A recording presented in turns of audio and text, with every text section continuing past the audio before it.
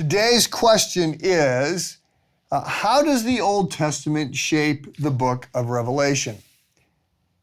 This is a question I actually enjoy. So I have been saying in sermons more than in the devotional format that the book of Revelation is it's fantasy literature. It's a little bit weird. I've been hearing from people who don't like that. But I'm just trying to call balls and strikes. I mean, the book of Revelation has dragons and beasts and scrolls and seals and lampstands and plagues. It reads more like Tolkien than it does read like the book of Titus. But all that said, here's the big news. The book of Revelation reads like the culmination of the Old Testament. So it's odd. But it is not new odd. It is pulling together all kinds of strands and wrapping it up. And so Revelation is where all the threads come together. It's not a surprise ending. It's the answer to all the loose threads that we have been seeing since the book of Genesis. It's where evil is judged, death is defeated. Jesus doesn't sneak back into the story. He rides back into the story, eyes blazing, a voice like rushing water. And we learn in the book of Revelation that God has been building up to this moment all along. So scholars estimate that there's around 500 allusions to the Old Testament. There's not many direct quotations. There's like 30 of those.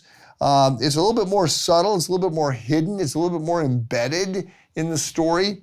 But the people who are reading it certainly understood it. So that raises the question, I guess, do we see it? Or how much of the Old Testament do we have to know in order to understand what is going on here in the book of Revelation? Well, the more you know, the better. And in fairness to you, you have other things to pay attention to, podcasts and Netflix and lots of other things to look at. And for the most part, the people living at the time of that John was writing, they didn't have anywhere near those kind of distractions. And so the reading of the Torah, the teaching of the rabbis, the teaching of the apostles was much more central to what's going on. And so they were versed in, they picked up on the allusions to the lion, and they knew the symbolism about the horns and the echoes from Egypt and the scrolls from Ezekiel and the beast of Daniel. They didn't need this stuff spelled out because they were conversant with it. So, I'm going to say again, this is a hobby horse.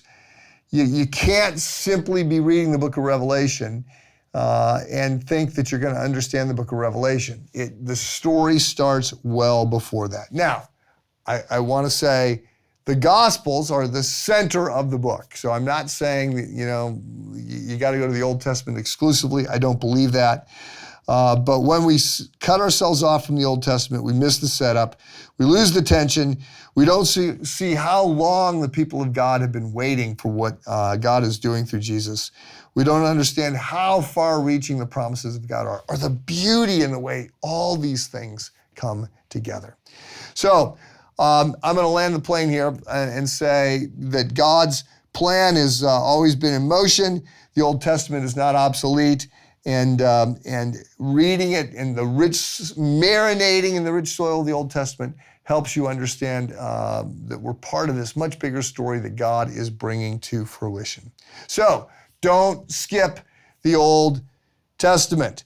Read the prophets, soak in the Psalms, wrestle with the law, read Isaiah and Daniel, and see how they echo across the generations and throughout the Bible and come to have their signature moment in the book of Revelation.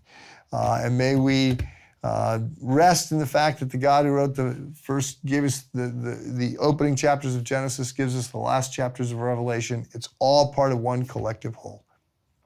Have a good day.